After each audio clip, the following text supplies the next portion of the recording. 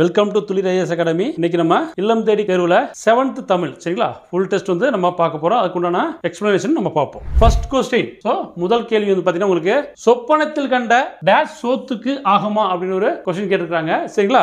சொலவடைகள் question இதெல்லாமே. Answer வந்து பாத்தீங்கன்னா உங்களுக்கு அரிசி சரிங்களா. அதுக்கு விடை வந்து பாத்தீங்கன்னா அரிசி. சொப்பனத்தில் கண்ட அரிசி சோத்துக்கு ஆகுமா. இது பாத்தீங்கன்னா முற்காலத்துல சொலவடைகள் போடுவாங்க பெரியவங்க எல்லாம். சோ அந்த கான்செப்ட்ல வந்து பாத்தீங்கன்னா அந்த क्वेश्चन கேட்கப்படுது. 7th வந்து பாத்தீங்கன்னா உங்களுக்கு ஒரு பாடத்துல வந்து நிறைய சொலவடைகள் கொடுத்திருக்காங்க.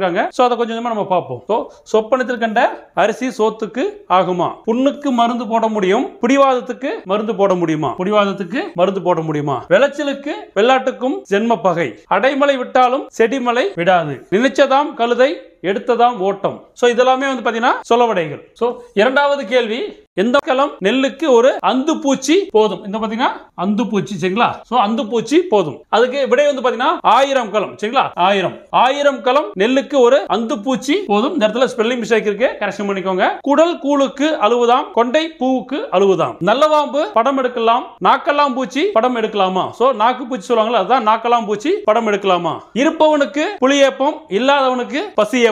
அவ்வப்பொழுது போக்குவதிலும் அது என்னன்னா வீணாக பொழுதுபோக்குதல், தவப்பொழுது நல்லதும் பாங்க. சோ இதெல்லாமே முற்காலத்துல போடப்பட்ட சொலவடைகள். அடுத்து மூன்றாவது கேள்வி, அகலில் விழுந்த எதற்கு அதுவே சொர்க்கம். சோ தவளை, பாம்பு, மீன், முதலை. முதலை தான் நம்ம சொல்லுவோம். ஆன்சர் வந்து முதலை. அகலில் விழுந்த முதலைக்கு அதுவே சொர்க்கம். முதலை தண்ணியில இருந்தா தான் அதற்கு, அகலில் இருந்தா தான் அதுக்கு சொர்க்கம் சரிங்களா. இரண்டாவது வந்து பாத்தீங்கன்னா அதிர அடிச்சா உதிர விளையும். மூன்றாவது அதை விட்டாலும் கதி இல்ல, அப்பால போனாலும் விதி இல்ல. தட்டி போட்ட ரொட்டிக்கு புரட்டி போட ஆள் இல்ல. நான்காவது கேள்வி, எந்த மாதம் பிறை கண்ட மாதிரி விடுபட்ட இடத்தை நிரப்புக. மார்கழி, கார்த்திகை, ஆடி, தை. சோ கார்த்திகை மாதம். விடை வந்து பாத்தீங்கன்னா கார்த்திகை மாதம். சோ கார்த்திகை மாதம் பிறைய கண்ட மாதிரி. அல்லுரவம் பக்கத்துல இருந்தாலும் கிள்ளிரவம் பக்கத்துல இருக்கக்கூடாது. காவடி பாரம் சுமக்கிறவனு தான் தெரியும். ஆள் கூடுனா பாம்பு சாகுமா. உழைக்கிற மாடுதான் ஊருக்குள்ள விலை போகும். சோ இதெல்லாம் நம்மளுடைய முன்னோர்கள் போட்ட சொலவடை. ஐந்தாவது கேள்வி, சரியான சொலவடை தேர்வு செய்ய. அமாவாசை இருட்டில் பேய்க்கு போன இடமெல்லாம் வழிதான். எருமைக்கு என்ன குளிரா வெயிலாங்கிற மாதிரி. 4 வீட்டில் கல்யாணமாம், நறுக்கி அங்கேயும் இங்கேயும் ஓட்டமாம். பாடி பாடி குத்தினாலும் பதறு அரிசி ஆகுமா. சோ இதுல எது சரின்னு கேட்கறாங்க. விடை வந்து பாத்தீங்கன்னா பாடி பாடி குத்தினாலும் பதறு அரிசி ஆகுமா. இதுதான் பாத்தீங்கன்னா உங்களுக்கு விடை. So option D. ரிமைனிங் வந்து பாத்தீங்கன்னா அமாவாசை இருட்டில் பெருச்சாலிக்கு போன இடமெல்லாம் வழிதான் சரிங்களா. பேய் கிடையாது. சோ பெருச்சாலிக்கு போன இடமெல்லாம் வழிதான். குத்துக்கல்லுக்கு என்ன குளிரா வெயிலாங்கிற மாதிரி சரிங்களா. சோ அப்போ எருமை கிடையாது சரிங்களா. தென் வந்து பாத்தீங்கன்னா 4 வீட்டில் கல்யாணமாம், நாய்க்கு அங்கேயும் இங்கேயும் ஓட்டமா. அப்போ இங்க நரி கிடையாது. சோ விடை வந்து பாத்தீங்கன்னா டி. சொலவடை பார்த்தீங்கன்னா முடிஞ்சது சரிங்களா. அடுத்து 6வது கேள்வி, குற்றியல் உகரம் பிரித்து எழுதுக. சோ குறுமை பிளஸ் இயல் பிளஸ் உகரம். சோ குறுமை கூட்டல் இயல் கூட்டல் உகரம். குற்றியல் கூட்டல் உகரம். குறுமை கூட்டல் இயல் கூட்டல் இகரம். குற்றியல் கூட்டல் இகரம். சோ இதுல எது சரின்னு பாத்தீங்கன்னா உங்களுக்கு ஏ குறுமை கூட்டல் இயல் கூட்டல் உகரம். இதுதான் சரியான விடை. சோ இதுக்கு விளக்கம் பாத்தீங்கன்னா குறுமை கூட்டல் இயல் கூட்டல் உகரம் ஈக்குவல் டு குற்றியல் உகரம். குசுடு துபுரு, குசுடு துபுரு ஆகிய 6 வல்லின உகரங்களும் சொல்லின் இறுதியில் வரும்போது ஒரு மாத்திரைக்கு பதிலாக அரை மாத்திரை அளவே ஒலிக்கும். அரை மாத்திரை அளவே ஒலிக்கும். இவ்வாறு தனக்குரிய ஓசையில் குறைந்து ஒலிக்கும் உகரம் குற்றிய லுகரம் ஆகும். எடுத்துக்காட்டு காசு, எஃகு, பயறு, பாட்டு, பந்து, சால்ப. 7வது கேள்வி, குறில் எழுத்துக்களை குறிக்கும் எழுத்து சாரிய எது. ஏ கேனம், பி காரம், சி கரம், டி கான். சோ விடை வந்து பாத்தீங்கன்னா சி கரம்.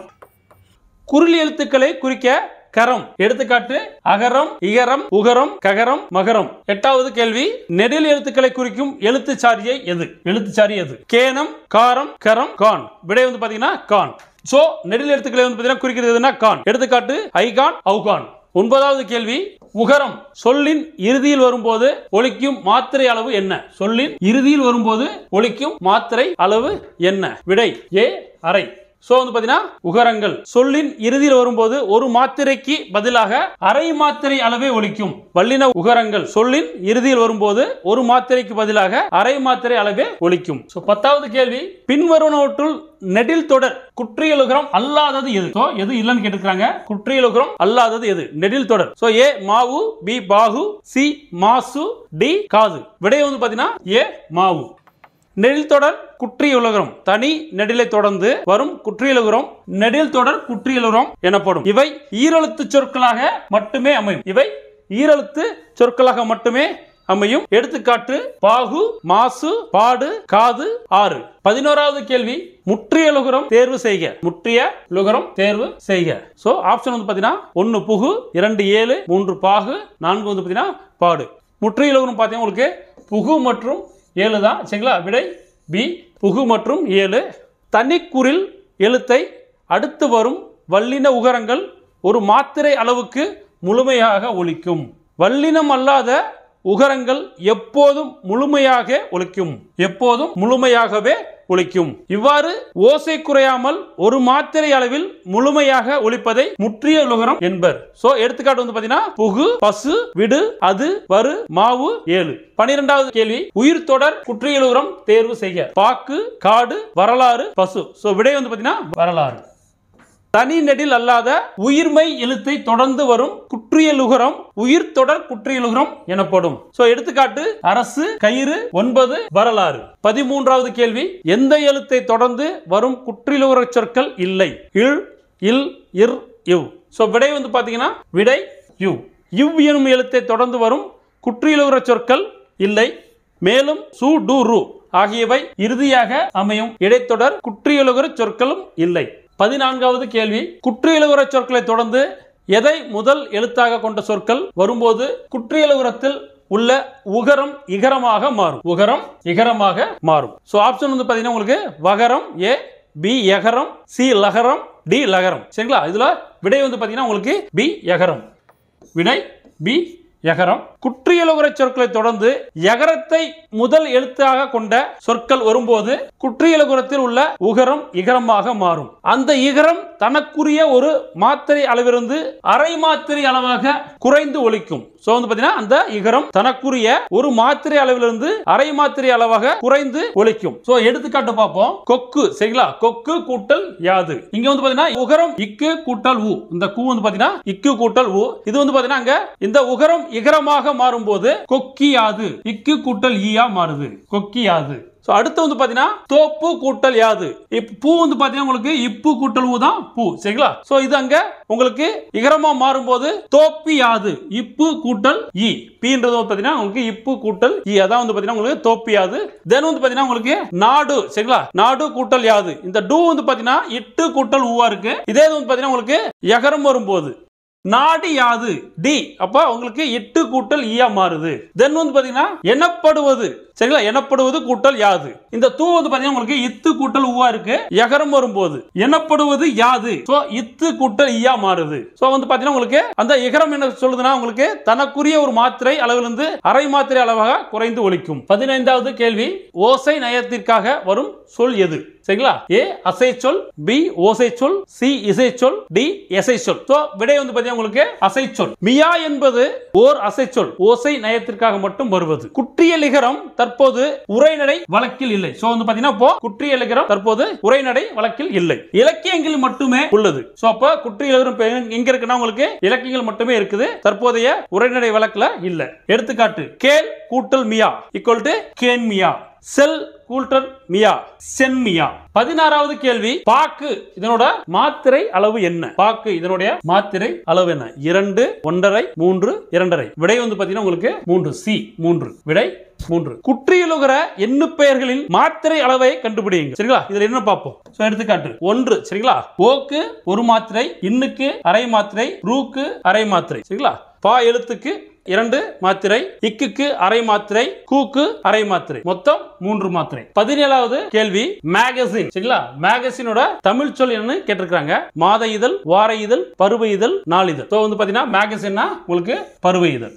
சோ மேகசின்னா பருவ இதழ். மொழியல்னா லிங்குஸ்டிக்ஸ். சரிங்களா? மொழியல்னா லிங்குஸ்டிக். பொம்மலாட்டம்னா பப்பட்ரி. இதழியர்னா ஜர்னலிசம். உரையாடல் டயலாக். இதெல்லாமே பாத்தீங்கன்னா உங்களுக்கு ஆங்கிலத்துக்கு உண்டான தமிழ் சொற்கள். சோ கண்டிப்பா வந்து பாத்தீங்கன்னா ஒவ்வொரு எக்ஸாம்லயும் கண்டிப்பா டிரான்ஸ்லேஷன்ல ஒரு क्वेश्चन கண்டிப்பா கேட்பாங்க. சோ தமிழ் வார்த்தையில கொடுத்து இல்ல ஆங்கில வார்த்தை கொடுத்து அதுக்கு ஈக்குவலான தமிழ் வார்த்தையை கேட்பாங்க. 18வது கேள்வி ஆர்த்தோகிராஃபி இதோட தமிழ் சொல் என்ன? எழுத்திலக்கணம், சொல்லிலக்கணம், பொருளிலக்கணம், அணி இலக்கணம். சோ இதுக்கு விடை வந்து பாத்தீங்கன்னா ஏ எழுத்திலக்கணம்.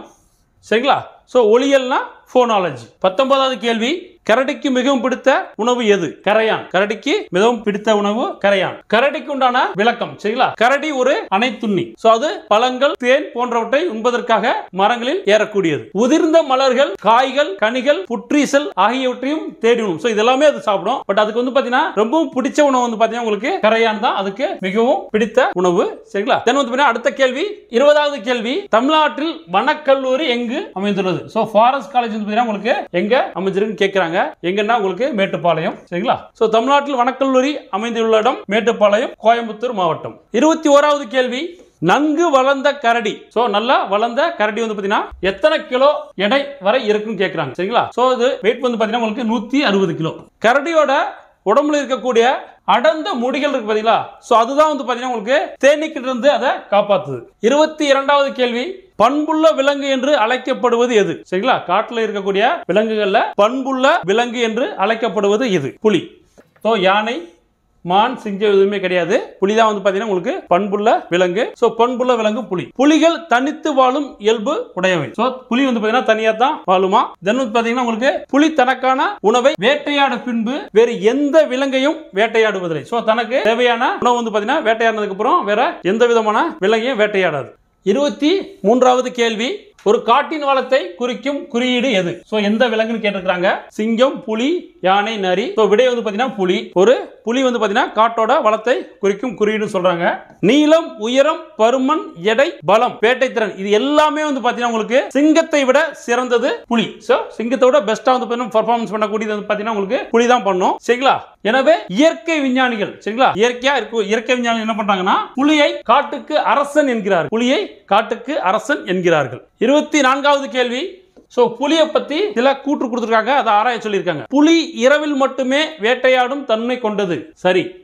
கருவுற்ற புலியானது 95 நாட்களில் சரிங்களா? 95 நாட்களில் 2 அல்லது 3 குட்டிகளை ஈனும் சரிங்களா? இது வந்து பாத்தீங்கன்னா 95 நாட்கள் கிடையாது, 90 நாட்கள் சரிங்களா? இது வந்து பாத்தீங்கன்னா 90 நாட்கள்.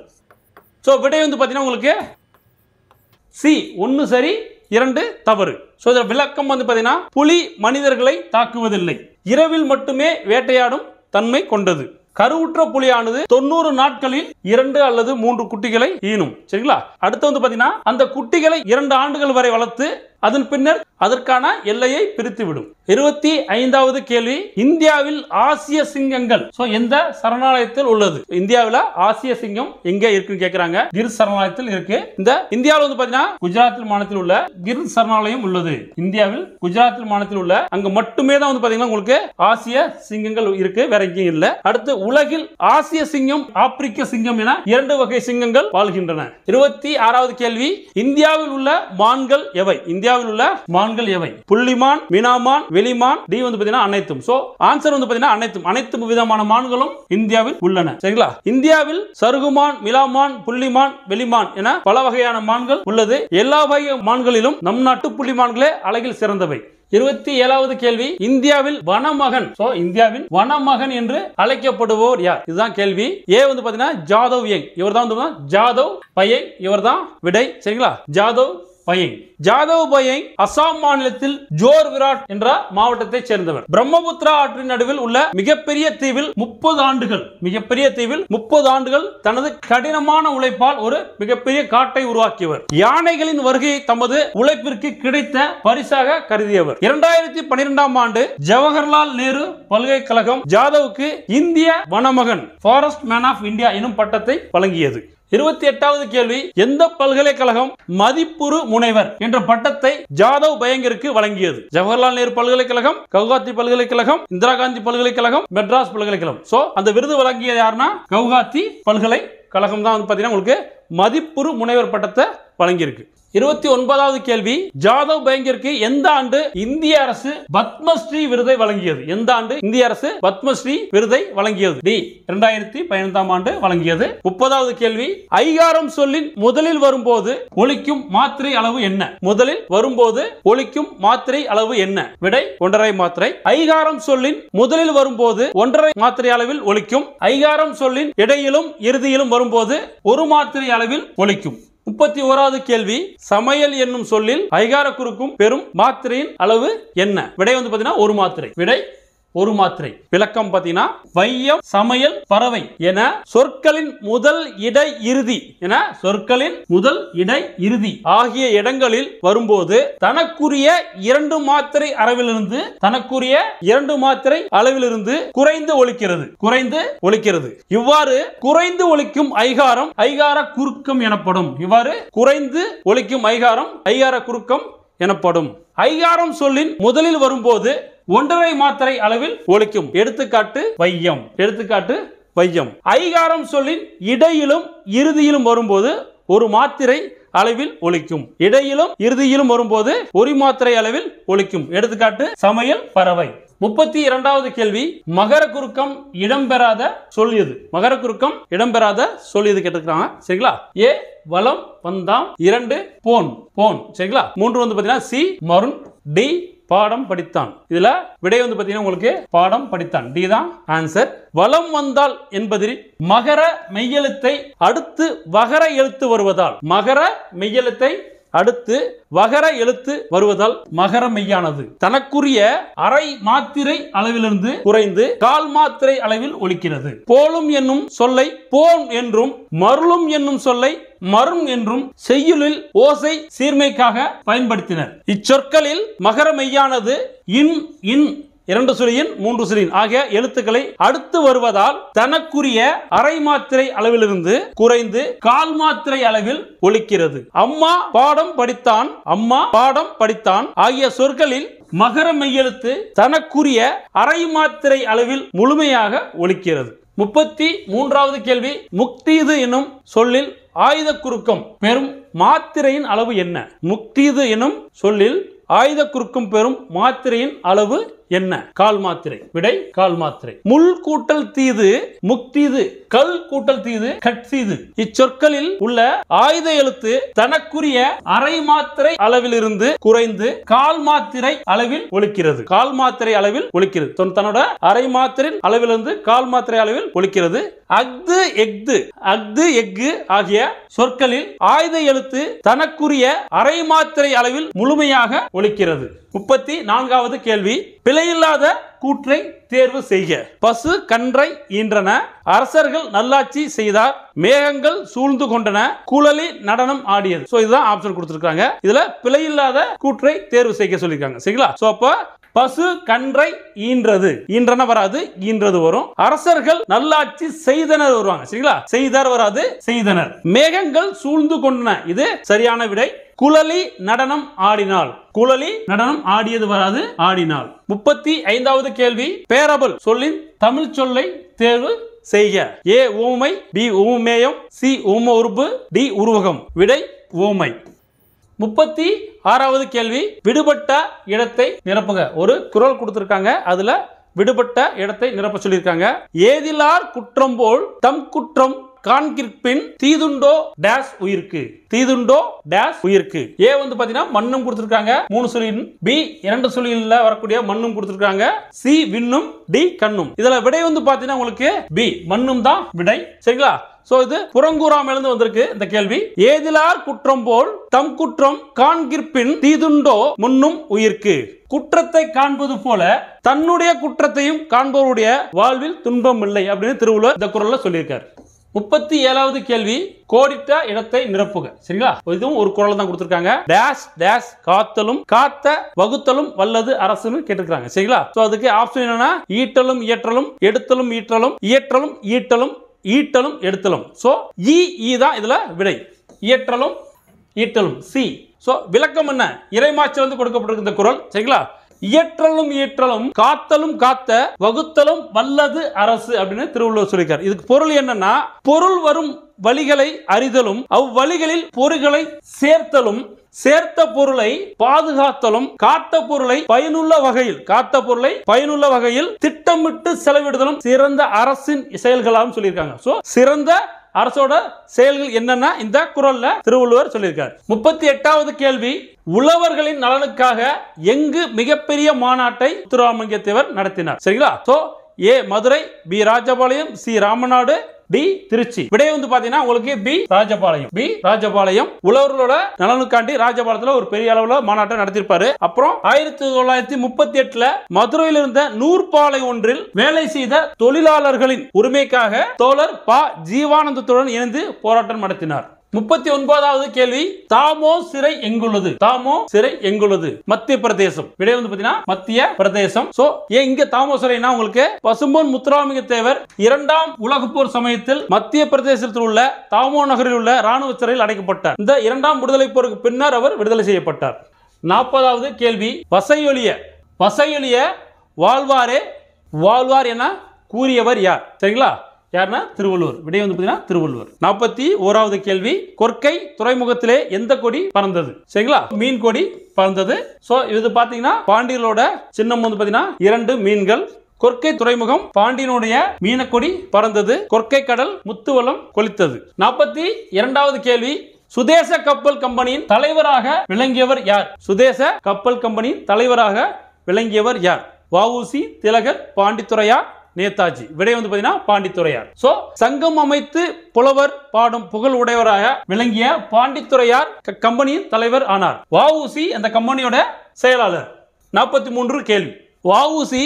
6 ஆண்டுகள் கோவை சிறையிலும் மேலும் எச்சிறையிலும் கொடும் பணி செய்தார். சோ கோவை சிறையில ஒரு 6 வருஷம் இருந்திருக்காரு. சோ அங்க ரொம்ப கஷ்டப்பட்டிருக்காரு. மேலும் வேற எந்த சிறையில வந்து பாத்தீங்கன்னா கடுமையான வந்து பாத்தீங்கன்னா ஒரு டார்ச்சரை அனுபவிச்சார் பாத்தீங்கன்னா உங்களுக்கு கண்ணனூர் சிறையில தான் அவரு இன்னும் வந்து பாத்தீங்கன்னா கொடுமையான ஒரு பணிகள்லாம் செஞ்சிருப்பார். 44வது கேள்வி, சொல்லின் செல்வர் என்று போற்றப்படுபவர் யார்? சொல்லின் செல்வர் என்று போற்றப்படுபவர் யார்? எல்லாருக்குமே தெரியும், ராபி சேது என்ற சேது பிள்ளை. சோ ராபி சேது சொல்லின் செல்வர் என்று அழைக்கப்படுகிறார்.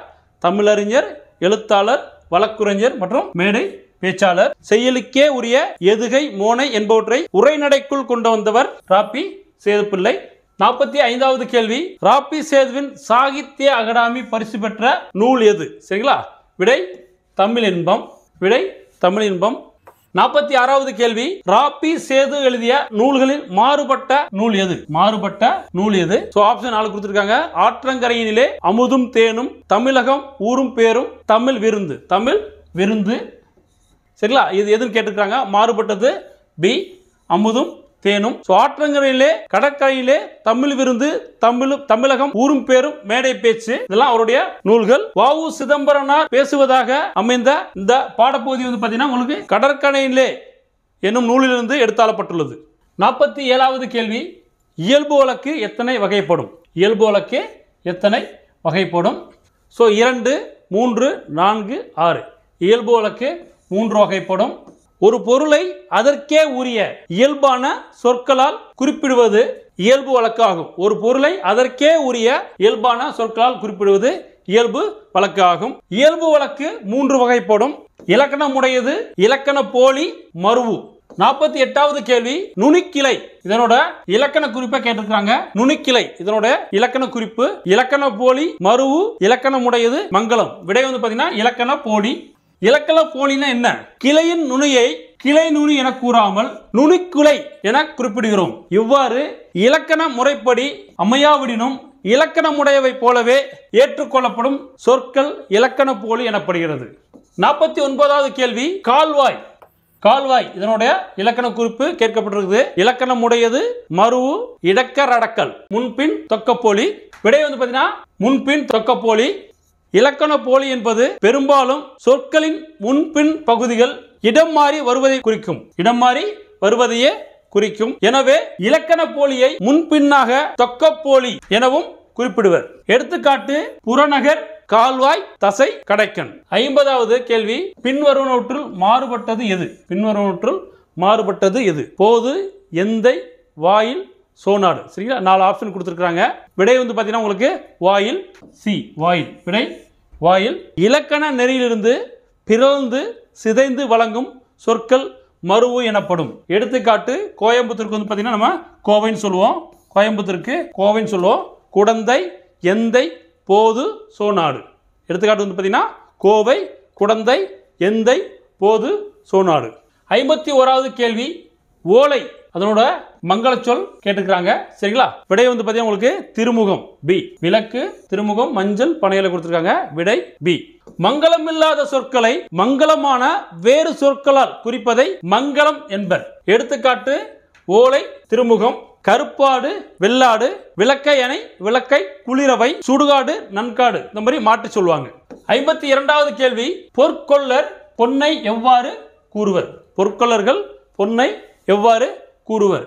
பரி என்று கூறுவர். பரி என்று கூறுவர். சரிங்களா? ஒரு குழுவினர் ஒரு பொருள் அல்லது செயலை குறிக்க தமக்குள் பயன்படுத்திக் கொள்ளும் சொற்கள் குழுவுக்குறி எனப்படும்.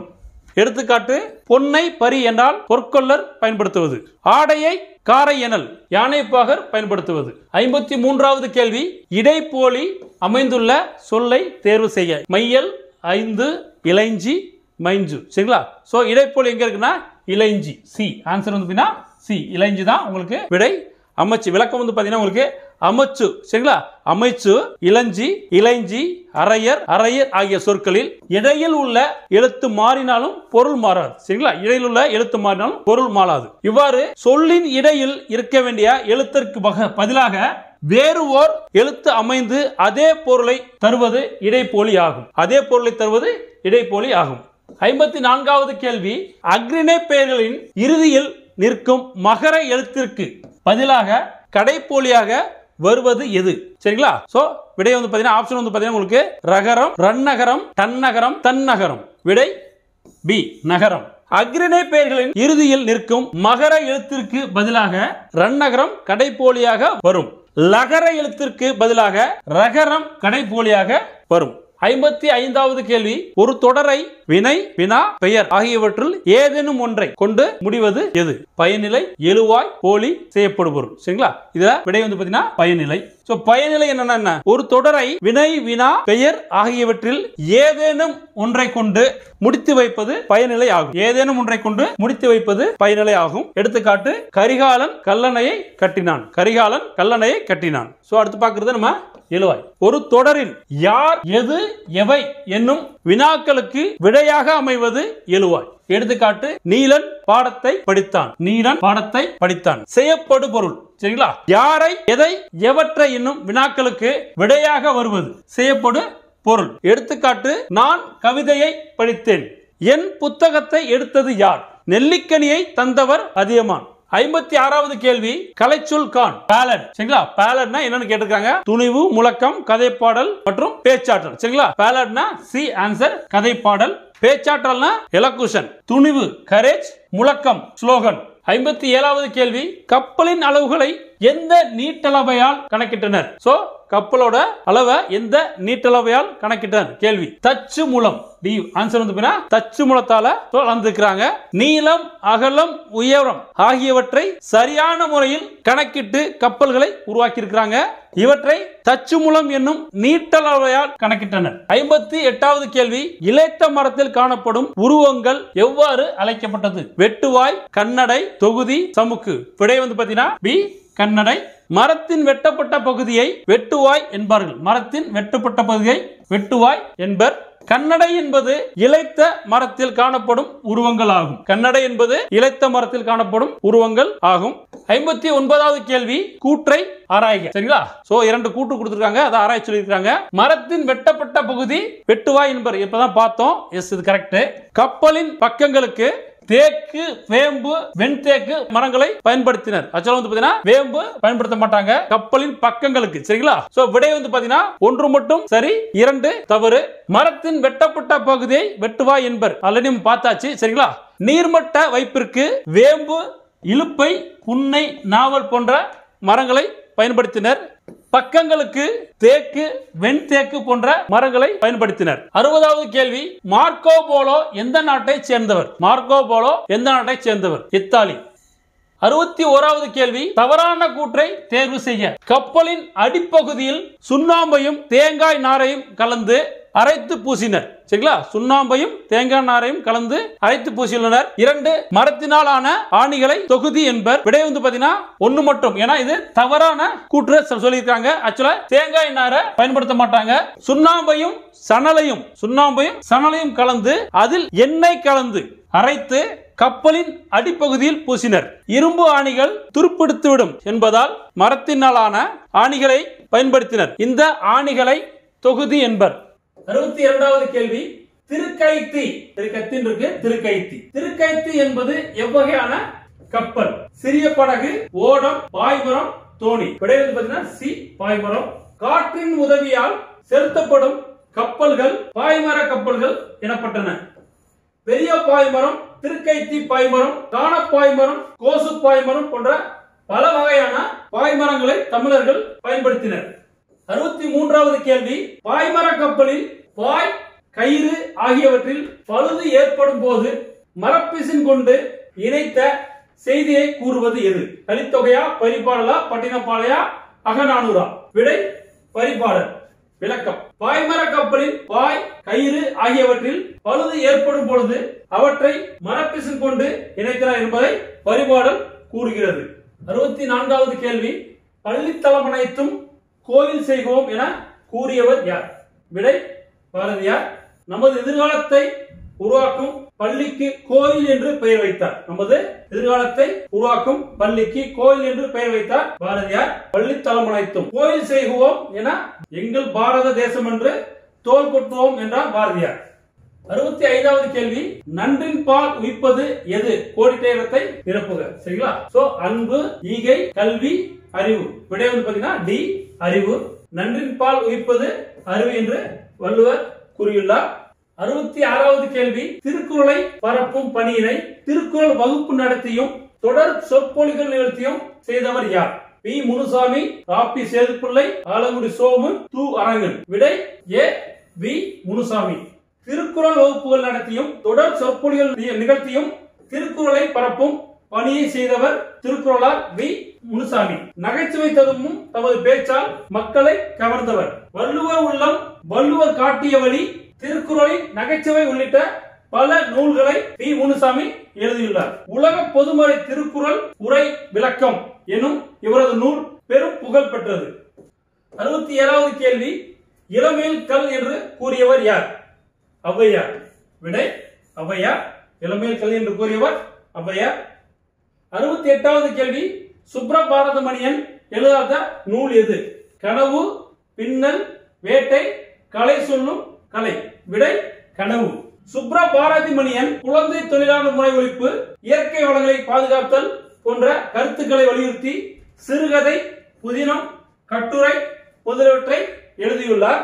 பின்னல், வேட்டை, தண்ணீர் யுத்தம், புத்துமண், கதை சொல்லும் கலை உள்ளிட்ட பல நூல்களை இவர் எழுதியுள்ளார். 70வது கேள்வி, நன்னூல் என்ற நூலை எழுதியவர் யார்? அகத்தியர், பவனந்தி முனிவர், சத்திமுத்த புலவர், நல்லந்துவனார். விடை வந்து பாத்தீங்கன்னா பவனந்தி முனிவர். 71வது கேள்வி, பல பல இலக்கண குறிப்பு தருக. பல பல பிரித்தால் பொருள் தராது. இரட்டை கிளவி. விடை இரட்டை கிளவி. 72வது கேள்வி, தந்த ஓவியம் எங்கு அதிகமாக காணப்படும்? தந்த ஓவியம் எங்கு அதிகமாக காணப்படும்? விடை கேரளா. தந்த ஓவியம் யானை தந்தத்தில் வரைந்த ஓவியம். 73வது கேள்வி, இந்தியா என்ற இதழை நடத்தியவர் யார்? இந்தியா என்ற இதழை நடத்தியவர் யார்? பாரதியார். இந்தியா இதழில் பாரதியார் கார்ட்டூன் சொல்லக்கூடிய கருத்துப்பட ஓவியத்தை முதலில் தமிழில் அறிமுகப்படுத்தினார். அரசியல் கருத்துக்களை எளிமையாக விளக்குவதற்கு கருத்துப்பட ஓவியங்கள் பயன்படுகின்றன. கருத்துப்பட ஓவியங்களின் மற்றொரு வடிவம் கேலி சித்திரம். 74வது கேள்வி, சரியாக பொருந்தியவற்றை தேர்வு செய்க. சரிங்களா? சரியாக பொருந்தியவற்றை தேர்வு செய்க. ஓவியம் படம், ஓவியம் வரைபவர் கிழவி வல்லோன், ஓவிய கூடம் சித்திர அம்பலம். சோ அனைத்துமே சரியா பொருந்திருக்கு. விடை வந்து பாத்தீங்கன்னா டி 1 2 3 அனைத்துமே சரியா பொருந்திருக்குது. ஓவியம் அப்படின்னா ஓவு, ஓவியம், ஓவம், சித்திரம், படம், படா, பட்டிகை செய்தி எனப்படும். ஓவியம் வரைபவர், கண்ணூல் வினைஞர், ஓவிய புலவர், ஓவமாக்கல், கிளவி வல்லோன், சித்திரக்காரர், வித்தகர் என்று அழைக்கப்படுவர். ஓவிய கூடம் எழுதலில் அம்பலம், எழுத்து நிலை மண்டபம், சித்திர அம்பலம், சித்திர கூடம், சித்திர மாடம், சித்திர மண்டபம், சித்திர சபை. 75வது கேள்வி, கருத்துப்பட ஓவியத்தை முதலில் தமிழில் எந்த இதழ் அறிமுகமானது? சரிங்களா? சோ தமிழில் எந்த இதழில் அறிமுகமானது? இந்தியா. விடை இந்தியா. ஏற்கனவே நம்ம பார்த்தோம். 76வது கேள்வி, கூற்றை ஆராய்க. ஐரோப்பிய கலை நுணுக்கத்துடன் இந்திய கதை மரபுகளை இணைந்து ஓவியங்களில் புதுமையை புகுத்தியவர் ரவிவர்மன். நாட்காட்டி ஓவியம் வரையும் முறையின் முன்னோடிகளுள் ஒருவர் கொண்டை ராஜு. சோ இரண்டுமே சரியான விடை. 1 மற்றும் 2 சரி. 77வது கேள்வி, பசார் பெயிண்டிங் என்று அழைக்கப்பட்டவை எவை? நாட்காட்டி ஓவியங்கள். சி நாட்காட்டி ஓவியங்கள். 78வது கேள்வி, பொறுத்துக. சரிங்களா? லைப்ரரி நூலகத்தை கொடுத்து எந்த இயர்ல உருவாக்கப்பட்டது கேட்டுக்கிறாங்க. தஞ்சை சரஸ்வதி மகால் நூலகம் 1122. கீழ்த்திசை நூலகம் சென்னை 1869. ஊவேசா நூலகம் சென்னை 1942. கன்னிமாரா நூலகம் சென்னை 1896. சோ விடை வந்து பாத்தீங்கன்னா உங்களுக்கு பி DCBA. 79வது கேள்வி, தஞ்சை சரஸ்வதி மகால் நூலகத்தில் தலை சிறந்த நூல்களும் தொன்மையான டேஷும் உள்ளன. விடை வந்து பாத்தீங்கன்னா இசைக்கருவிகள். தொன்மையான நூல்களும் இசைக்கருவிகள், தொன்மையான இசைக்கருவிகளும் தஞ்சை சரஸ்வதி மகால் நூலகத்தில் உள்ளன. கிபி பொது ஆண்டு 1122 முதல் இயங்கி வருவதாக கல்வெட்டு செய்திகள் கூறுகின்றன. தமிழ், தெலுங்கு உள்ளிட்ட பல்வேறு மொழிகளின் ஓலைச்சுவடிகளும் கையெழுத்துப்படிகளும் இங்கு உள்ளன. இங்கு ஓவியங்களும் இசைக்கருவிகளும் சிற்பங்களும் இங்கு இடம்பெற்றுள்ளன. 80வது கேள்வி, தஞ்சை தமிழ் பல்கலைக்கழகத்தின் புலன்கள் மற்றும் துறைகள் எத்தனை உள்ளன? புலன்கள் 5ம் துறைகள் 25 உள்ளன. விடை ஏ. கலைப்புலம், சுவடிப்புலம், வளர்தமிழ் புலம், மொழி புலம், அறிவியல் புலம் என 5 புலங்கள் உள்ளன. ஆகிய 5 புலங்களும் 25 துறைகளும் இங்கு உள்ளன. தமிழ் மொழி ஆய்வுகள் நடத்தப்படுகின்றன. சித்த மருத்துவத்துறை மூலம் மருத்துவ தொண்டு, இந்திய ஆட்சிப்பணி பயிற்சியாளர்களுக்கான தமிழ் மொழி பயிற்சி வழங்கப்படுகிறது. மிகப்பெரிய நூலகம் ஒன்று இங்கு அமைந்துள்ளது. 81வது கேள்வி, கூற்றை ஆராய்க. தஞ்சை தமிழ் பல்கலைக்கழகம் 10,000 ஏக்கர் பரப்பளவில் அமைந்துள்ளது. ஊவேசா நூலகத்தில் 2941 தமிழ் நூல்கள் உள்ளன. வந்து பாத்தீங்கன்னா இது 10,000 ஏக்கர் கிடையாது, 1000 ஏக்கர். 1000 ஏக்கர் பரப்பில் அமைந்துள்ளது. விடை வந்து பாத்தீங்கன்னா 1 தவறு 2 சரி. டி. தமிழக அரசால் கிபி பொது ஆண்டு 1981 தோற்றுவிக்கப்பட்டது. தஞ்சாவூரில் 1000 ஏக்கர் நிலப்பரப்பில் அமைக்கப்பட்டுள்ளது. வானத்தில் இருந்து பார்க்கும் பொழுது தமிழ்நாடு என தெரியும் வகையில் இதன் கட்டட அமைப்பு அமைந்துள்ளது. 82வது கேள்வி, கீழ்த்திசை நூலகம் தற்போது அண்ணா நூற்றாண்டு நூலகத்தின் எந்த தளத்தில் இயங்கி வருகிறது? எந்த தளத்தில் இயங்கி வருகிறது? விடை வந்து பாத்தீங்கன்னா 7ஆம் தளம். கீழ்த்திசை நூலகம் பொது ஆண்டு 1869 தொடங்கப்பட்டது. இங்கு தமிழ், தெலுங்கு, கன்னடம், மராத்தி உள்ளிட்ட பல்வேறு மொழிகளின் ஓலைச்சுவடிகள் உள்ளன. கணிதம், வானியல், மருத்துவம், வரலாறு உள்ளிட்ட பல்வேறு துறை நூல்கள் இடம்பெற்றுள்ளன. 83வது கேள்வி, கன்னிமாரா நூலகத்தின் எந்த தளத்தில் மறைமலை அடிகள் நூலகம் செயல்படுகிறது? கன்னிமாரா நூலகத்தின் எந்த தளத்தில் மறைமலை அடிகள் நூலகம் செயல்படுகிறது? 3ஆம் தளத்தில் செயல்படுகிறது. கிபி 1896 தொடங்கப்பட்டது. இது களஞ்சிய நூலகம். 6 லட்சத்திற்கும் மேற்பட்ட நூல்கள் இங்கு உள்ளன. இந்தியாவில் வெளியிடப்படும் புத்தகங்கள், நாளிதழ், பருவ இதழ்கள் ஆகியவற்றின் ஒரு பிரதி இங்கு பாதுகாக்கப்படுகிறது. 84வது கேள்வி, வள்ளுவர் கோட்டத்தின் தேரின் அடிப்பகுதியில் நீளம் அகலம் எத்தனை அடி? வள்ளுவர் கோட்டத்தின் தேரின் அடிப்பகுதியின் நீளம் அகலம் எத்தனை அடி? விடை வந்து பாத்தீங்கன்னா சி 25 மற்றும் 25. 25க்கு 25. தேரின் மொத்த உயரம் 128 அடி. சென்னை கோடம்பாக்கத்தில் வள்ளுவர் கோட்டம் அமைக்கப்பட்டுள்ளது.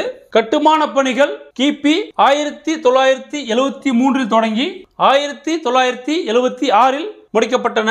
திருவாரூர் தேர் போன்ற வடிவில் வள்ளுவர் கோட்டம் அமைக்கப்பட்டுள்ளது.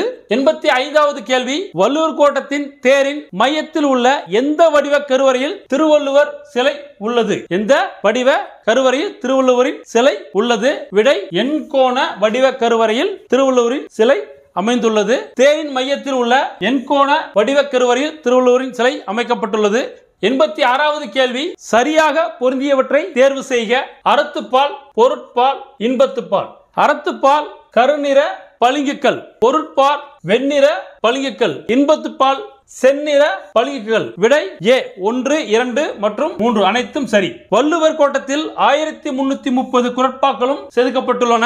அறத்துப்பால் கருநிற பளிங்குக்கல்லிலும் பொருட்பால் வெண்ணிற பளிங்குக்கல்லிலும் இன்பத்துப்பால் செந்நிற பளிங்குக்கல்லிலும் பொறிக்கப்பட்டுள்ளன. 87வது கேள்வி, எந்த பாண்டிய மன்னனை நெல்லை நகர மக்கள் எதிர்கொண்டு வரவேற்ற இடம் பாண்டியபுரம் எனப்பட்டது? சோ எந்த மன்னன் வந்து பாத்தீங்கன்னா நெல்லை நகர மக்கள் வரவேற்ற இடம் பாண்டியபுரம் என்று எனப்பட்டது. சோ நின்றசீர் நெடுமாறன். நின்றசீர் விடை சி நின்றசீர் நெடுமாறன் என்ற பாண்டிய மன்னனை எதிர்கொண்டு வரவேற்ற இடம் பாண்டியபுரம். பாண்டிய மன்னன் தேவியாகிய மங்கையர்க்கரசியை மகளிர் எதிர்கொண்டு வரவேற்ற இடம் திருமங்கை நகர்.